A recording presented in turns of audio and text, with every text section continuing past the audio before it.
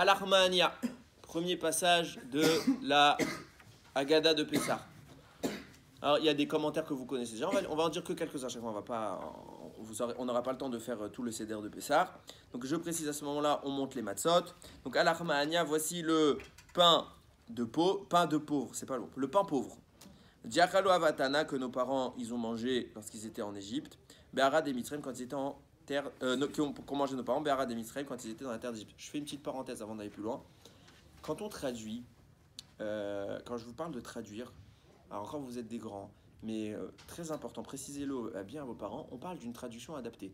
Ça veut dire que quand vous prenez les Haggadot, c'est hyper soutenu, hyper à l'ancienne, et les enfants ils pigent pas un mot de ce qui est. Donc c'est pour faire de la prose, des phrases hyper compliquées que personne ne comprend avec des mots qu'il faut le dictionnaire pour les traduire, ok?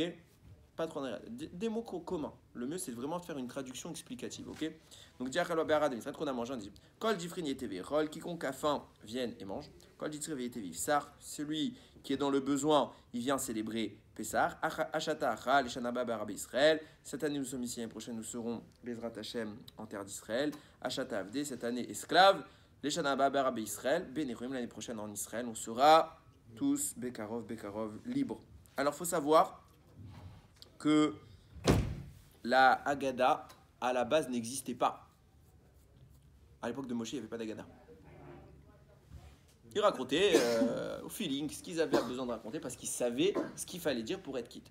Avec le temps, les Chachamim ont bien vu qu'on devenait faible et donc ils ont fait un texte qu'on appelait la Haggadah.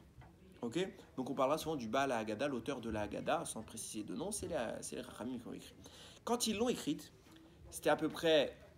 c'était à l'époque des Tanaïm, on était à peu près au 3e siècle, je crois que c'est ce qui est écrit là-dedans. On était au 3e siècle, et la langue courante, c'était l'araméen. La langue courante, c'était beaucoup l'araméen, c'était très parlé. Pourquoi ils ont choisi le premier texte de la Haggadah? Ils n'ont pas dit en hébreu, ils ont dit en araméen, parce qu'on veut parler. L'objectif du Seder de Pessah, c'est la parole. Il faut absolument qu'on commente, on ne se limite pas juste.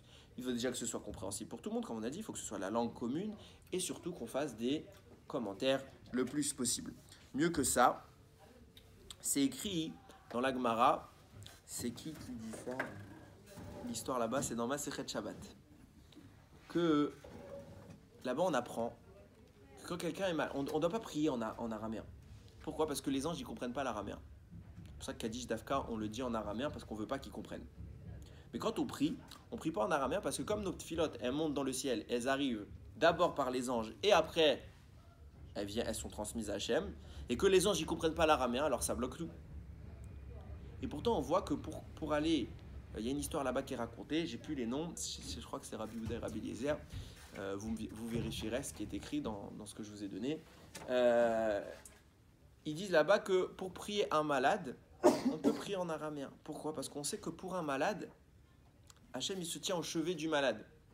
Ok? Et comme il se tient au chevet du malade, alors ma tfila elle va direct à Hachem, elle passe pas par les malachem. De là, Chachamim ils te disent qu'il y a un Zohar qui rapporte comme ça. Akadosh Baruch Hu, il envoie tous les malachim au moment du Seder de Pessah écouter le récit de ses enfants de la sortie d'Égypte. Et Akadosh Baruch Hu écoute personnellement notre récit de la sortie d'Égypte. Du coup, on a commencé par l'araméen pour dire il n'y a pas spécialement besoin de l'hébreu. Il n'y a pas les anges qui vont filtrer ce qu'on dit. Notre parole, elle est libre devant Akadosh Baruch Hu parce qu'on est des serviteurs libres, quelque part. Ouais, je vous ai dit qu'on expliquera la notion de la liberté, mais on est complètement libre et affranchi, on est devant Akadosh Baruch Hu.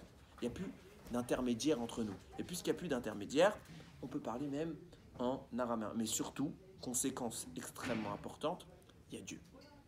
S'il y a Dieu, on ne se comporte pas, c'est la halakha, on ne se comporte pas à Pessah pendant le Seder avec une caloute roche, avec la légèreté, avec la frivolité, avec des bêtises, avec des mots incongrus. Non, on est très sérieux à Pessah. Alors il y a un moment, on a le droit d'être bessimra, pendant qu'on va manger, on a le droit d'échanger, on a le droit de sourire, aucun problème. Mais au moment du récit, on est très sérieux, il y a Akadosh Baruch Hu qui est à côté de nous, on ne parle pas pour rien dire, on parle que pour le Seder.